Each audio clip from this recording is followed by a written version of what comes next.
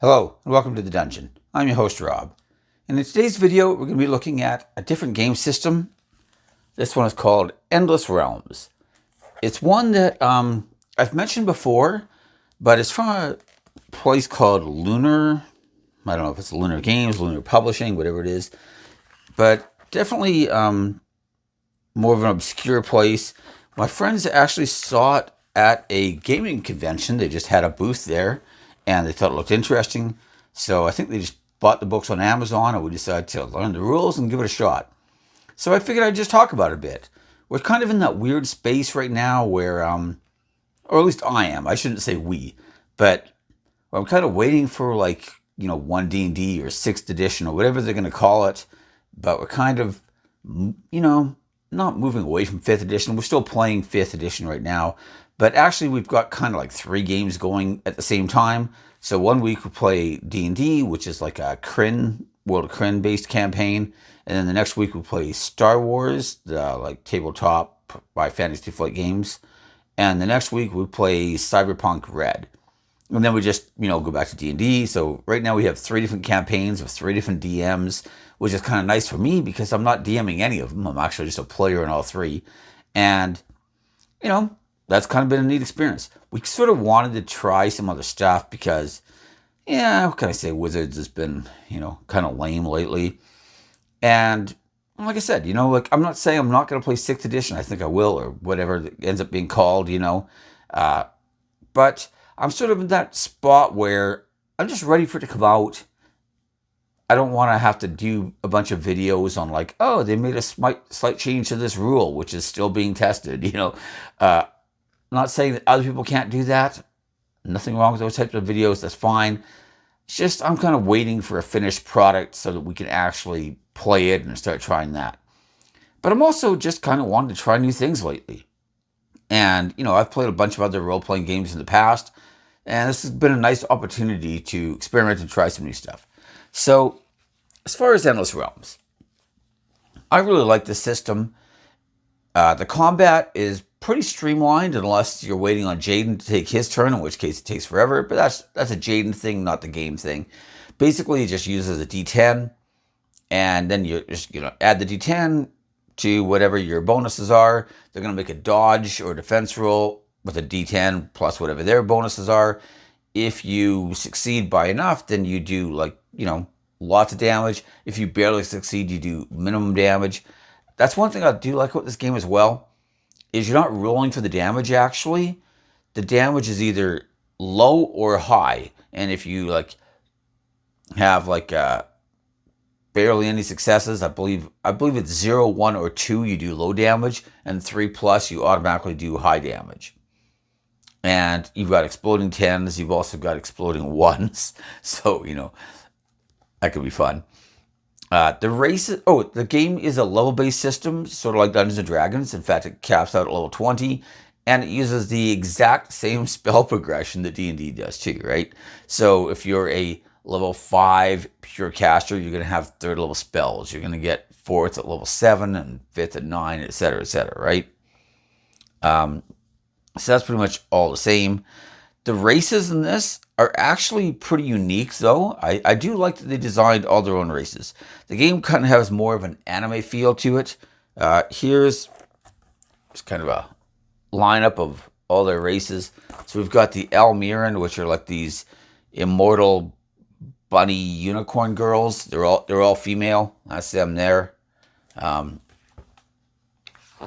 Like I said, it feels very anime-ish in my opinion. You've got the Dengu, which are like these subterranean mole people kind of thing. You've got humans, of course, but humans aren't native to their world. You've got the Calamar, which are like half angel, half demon. The Cillians, which are actually like some sort of reptile people from a different race. You've got the Skitty, which are like these squirrel people. I always compare them to Rocket Raccoon, though, from the Guardians of the Galaxy. We've got the Ulvarkir, which actually remind me of Battle Beast from Invincible. If anybody's either read those comics or seen the show, you've probably seen Battle Beast because he's freaking awesome. I mean, look at these people. They just look like Battle Beast. What can I say? You got the Ventilli, which are these weird skinny, thin alien hunter things. And then we've got the Akshi, which are basically Groot to match our Rocket Raccoon substitute, I guess. I do like that they don't just use like elves and dwarves and a lot of the typical races. They're all things that they've created themselves, which I like. And the classes are very similar as well, actually. They're all kind of unique. You've got the Animancer, which is a caster that tries to balance kind of like life energy and death energy. And so every class also has like, they don't really call them subclasses, they call them paths, but they're basically the same thing. You choose a path that'll give you some unique abilities to that path. And generally, they might have some sort of theme behind them. In some cases, it'll be kind of generic, like super offensive, super defensive, right in the middle, focuses more on spellcasting. That might be like your 4 paths, right? But overall, I think it's pretty simple. The paths don't give you a ton of stuff, but neither do subclasses in D&D. It's kind of like more like certain levels you get path abilities and stuff. And, some paths will actually make you more of a spellcaster or less of a spellcaster, that kind of things. There's a lot of hybrid classes in this game. So you got your pure casters, your hybrids, and then your straight up martials like the barbarian, of course. I do find that the martials tend to scale better in this game than they do in D&D. If you look at martials in D&D, they tend to be very, very powerful in the early levels and very front-loaded, but they don't really keep up with the utility and just the versatility of the spellcasters. Whereas in this game, they still don't really keep up with the versatility, but their offense just keeps getting better and better and better. And all of our big damage dealers were pretty much melee guys, except for, I guess, the one elementalist. He was a pretty heavy hitter with a lot of AoE spells. The barbarians can never learn to read or write. If they do, they lose their barbarian abilities, which I just thought was kind of funny. No wonder they could never advance as a civilization, though, You also have, so all the different casters also have their own unique spell list. There are some common spells that anybody can use, like Counterspell and stuff. But Counterspell in this game is way less broken than D&D, because you can only counter spells of your own school of magic. So if you're a dancer, you can only cancel spells or counter spells from other dancers. If you're a Judicar, you can only counter other Judicars. So they also have a lot of like chaos magic is used by dancers. You've got order magic, which is used by Judicars. Elementalists, of course, use your like different forms of elemental damage. Although in this game, they actually have like 6 elements, I believe. Let me find the elementalist here. Yes, we've got fire, ice, wind, earth, lightning, and water. And then everything is like strong against one other type, but weak against another, right? So example, water is strong against fire, but it's weak against lightning. Fire is strong against ice, but it's weak against water. Ice is strong against wind, but weak against fire, etc., right? So I kind of pictured almost like the back of the Magic the Gathering cards, where you've got, everything has their opposite corners, except this one's more like a circle. Actually, I'll just show you the circle. So why not, So that's kind of what we're looking at there. And if it's the class, or if it's the element you're weak against, then your elementals can't actually learn spells of that type. But, whatever. Elementalist was pretty good, though. We had one of those in our party. Overall, though, I thought that the class system was pretty good. I liked that the classes were unique. You had knights, you had a class called Warden, you had a class called Ninjas, of course. I did say it was very anime-ish in some ways. We had the Shrine Keeper, which is just, like, that's about as pure Asian as we get here. Basically, they tend to like spirits and stuff like that, and had a lot of stuff for fighting spirits, banishing spirits, that kind of stuff like that. Detecting magic and stuff. They're also healers. And they could, use glaives and stuff like that as well. So they were one of your hybrid classes. In general, though, I thought the classes were pretty interesting. They weren't like super creative or inventive. It's not like they were, reinvented the wheel or anything here. but they weren't bad either, And I liked that they kind of moved away from the more traditional classes as well. As far as some of the other systems, saving throws were kind of a little annoying, I found sometimes, because basically every type of attack had like its own resistance and its own saving throw. So your character sheet would literally have like all the resistances listed for like every type of damage you could take practically. And you'd have saving throw bonuses versus like any of them. They'd all be tracked separately, which, wasn't my favorite system. I kind of prefer the D&D system where you target an attribute and then, it's either a strength save or it's a con save or it's a wisdom save, whatever, right? Instead of like, oh, make a save against chaos magic, make a save against order magic, But whatever, it worked. Overall, I thought it was a really fun system. I did take a lot of liberties with the setting, though. It's not that the setting was bad, but just as soon as I started thinking about the idea for the campaign, the game was called Endless Realms. I kind of wanted Endless Realms. And right around the time that I'd started working on this campaign, I kind of had an idea of running a different game entirely called Lords of Gossamer and Shadow. Now, Lords of Gossamer and Shadow, for people who've never heard of it, it's kind of the spiritual successor to the old Amber Diceless role-playing system. It's heavily based on that. It's also Diceless and takes a lot of themes and ideas from it, right? But one thing that's very interesting about Lords of Gossamer and Shadow is essentially you have this infinite stairway called the Grand Stair. And there's all these branches and landings and stuff. There's hallways that branch out from this Grand Stair. And the stair, like I said, it's literally infinite. It goes up and down forever. And along all these hallways are basically an infinite number of doors, right? And these doors all lead to different universes. And some of them, you might have 100 doors that lead to one world. Some worlds will have maybe no doors, and you have to leapfrog through other realms in order to get to that one, for example. And I really just love the idea for the setting. So I actually basically stole the setting from Lords of Gossamer and Shadow and incorporated all the classes and spells and combat and rule system from Endless Realms.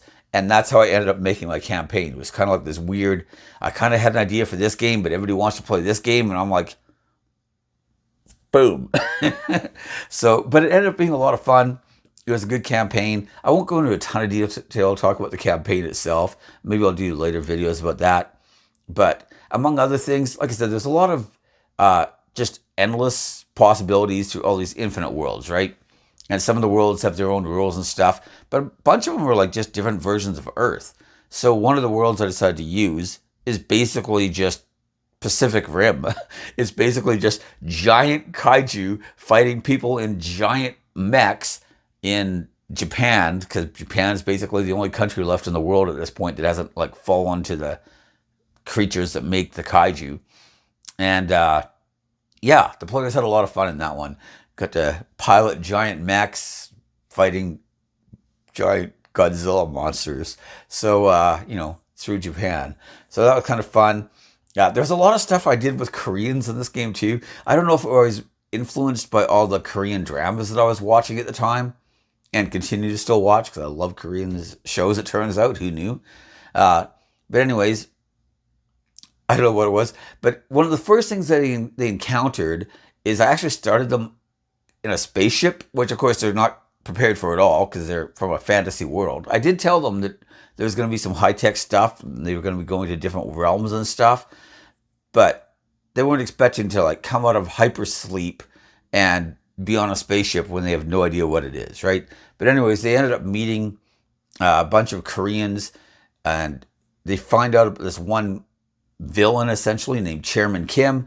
Chairman Kim rose to prominence because he invented, his company invented these, AI sex robots, essentially, right? And so you could custom order, super beautiful men or women, mostly women, let's be honest. And they all had computer brains so they could actually engage with you in conversation and stuff, right?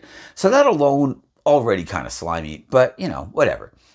But he decides to start kidnapping and killing all these like politicians and CEOs and stuff from all these different companies and replacing them with robot duplicates made to look and act like these people. And he ends up getting caught and gets sent away for like 700 and something consecutive life sentences and gets sentenced to the Skymax mega prison, right? So the party hears about this early on when they meet some of the Space Koreans, as we call them. But then later, I was thinking I really wanted to like use him again. So I had the party have to break into the Skymax and actually free him because they needed him to get him into some facility that he'd built. And their plan originally was just, okay, he's just going to get us in and then we're just going to betray this guy and kill him because he is just a terrible person. You know? And I made him as obnoxious as I could. He was just a great NPC. But anyways, but it turns out that this entire facility that he has to get them into is run by like an AI that he's created, which I patterned after IU, the K-pop singer and actress. I found her from her acting. I don't like K-pop personally. I'm a metal guy, but whatever.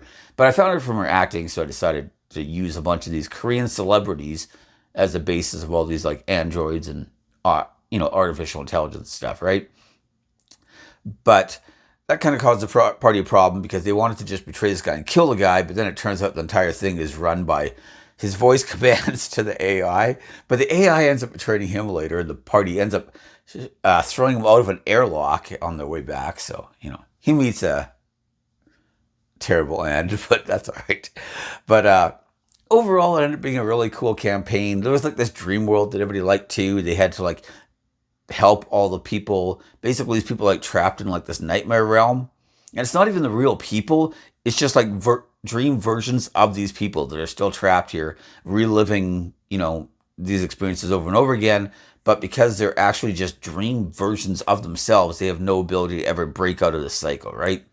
So the party had to like help all the different people to resolve these issues that they were unable to resolve in life and kind of like break these loops and stuff so they could, be free and find happiness or whatever. The party liked that quite a bit. They liked all the NPCs there and stuff. And it was just, just a fun campaign. I had them jumping from like all these different worlds and stuff. And it kind of had a feel of like if the old Marvel Exiles series, if anybody ever read that, which is basically just a bunch of mutants from all these alternate realities who have to jump around all these worlds and repair the time stream. Mine had nothing to do with fixing time. It was just, go around the different worlds and experience weird, crazy things and move on to the next one, right? But anyways, that's a giant detour because that's not the actual setting of the game. That was the setting I chose to merge together. But anyways, back to the actual review. One thing that has impressed me, and I don't know if it's because Lunar just managed to raise a lot of money on Kickstarters and stuff, or if it's maybe just because the internet has allowed smaller publishing companies or smaller companies like Lunar to do this. Because I've found in the past, I've found different games where we try it and we're like, man, this game is really, really awesome. But it's by some small company and they never make any more products. They never manage to get a sequel. And you're just like, that sucks because we really like this game. And you can tell that, some of these smaller companies, they really put their like heart and soul into it. And it's, this is like the thing that they've been working on for 25 years and they finally come up with their rule set and you play it and you're like, man, this game is really cool and creative and awesome, but nothing else ever happens. But Lunar actually managed to kickstart several more books. So they have like a monster manual. They've got like a Tome of Spirits, which goes through like a bunch of the religions and gods and powerful spirits and has more monsters in that one as well, of course, because it's a bunch of spirit monsters. And I think they've like raised money for an adventure as well. So they actually have like 4 or 5 supplementary books, which is nice to see from a smaller company like this. And overall, I just thought the game was a lot of fun. It's definitely not flawless. We found that the combat can get really swingy at once you start getting to higher damage amounts and stuff.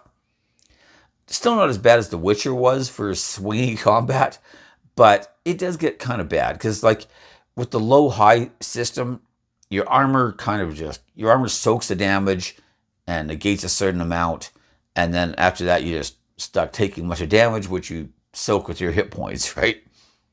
But At low levels, when you're just like, you might have a low damage of 9 on an attack and a high damage of like, say, 16, for example, right?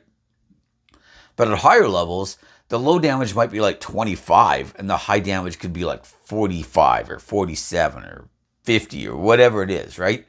And so like you'd get a bad roll and you're like, oh, well, I've got the best armor I can get. So I soak 16 damage. How much did I get hit for? You're like, 47? And you're like, oh, so I just got 2 shot. Like, okay, not good. So there was a bit of an issue there where, like I said, some of the damage numbers started getting really high. And if you wanted to really challenge the party, then you kind of had to throw like some more difficult fights at them sometimes, But overall, it was a really fun campaign. My players really liked the system. We got to level 12 or 13, I think, when the campaign ended.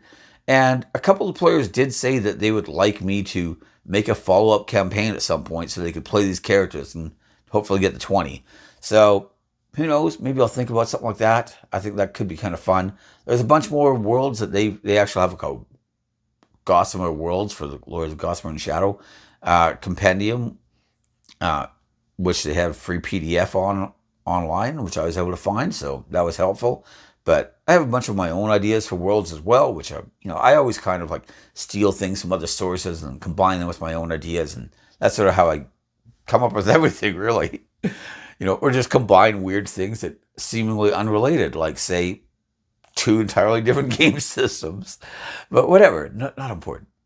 Main thing is everybody had fun. It was a cool game system. I quite liked it. And like I said, the combat can really like make or break a game. You can have the most cool, interesting, creative setting ever with, a project that's just like super inventive. And you're just like, man, I really love this game system in this game world. And then you get into a fight and it takes you 3 hours. And you think, okay, well, that was our first fight. Maybe, we're still learning the system. But then the next fight takes 2.5 hours. And the next one takes 2.5 hours. And you're like, this could be a problem for this game going forward. And then other systems are the exact opposite way, where the combat is super simplistic. And it basically comes down to, I swing, I swing, I swing again. And, there's very little player input. You don't feel like your character's really doing anything interesting. And that sucks too, right? Whereas I thought that, for the most part, this one had a pretty good middle ground. We had some pretty fun fights and interesting encounters. I do wish that the magic item system was maybe a little expanded on more, although I think they're actually trying to, make a book for that as well. There are magic items provided in the rules, like in the back, of course, right in the appendixes, which is nice, but, more would be better than less, of course, right? I think Tome of Spirits actually adds some more too as well, now that I think about it. I don't actually own Tome of Spirits, so somebody else did, though, so we were able to use his. They have like a virtue and vice system. Every character has to have a virtue and a vice. And then you got like bonus things for like role-playing your virtues and vices because, they give you different advantages and drawbacks. I like that kind of stuff too, sort of like forcing players to role-play a character. Overall, I thought it was a really fun system. My players really enjoyed it. And I would definitely recommend it. It's one that I liked a lot. And like I said, it's nice to see that even though it's a smaller company, they are still putting out more books all the time. I mean, they often come out at a fairly slow pace, to be honest. But that's okay. It's kind of what I would expect for a smaller independent system like this. But overall, it was a lot of fun. And I definitely liked it quite a bit. So I would give it a solid recommend. Anyways, that is it. Endless Realms. It's a fun system. So anyways, thanks for watching. Feel free to like, subscribe, ring the bell for notifications, and most importantly, leave me your comments in the comment section. I look forward to reading them. I expect this video wasn't going to be like super popular because this is a game system that, well, I always joked that nobody ever played it except for my friends and I, and plus whoever created it. But that's probably not entirely true because they managed to keep Kickstart raising money for more books, so it can't be just us. So nice to see that they're still, going strong. So anyways, thanks for watching, and I'll see you next time. Bye.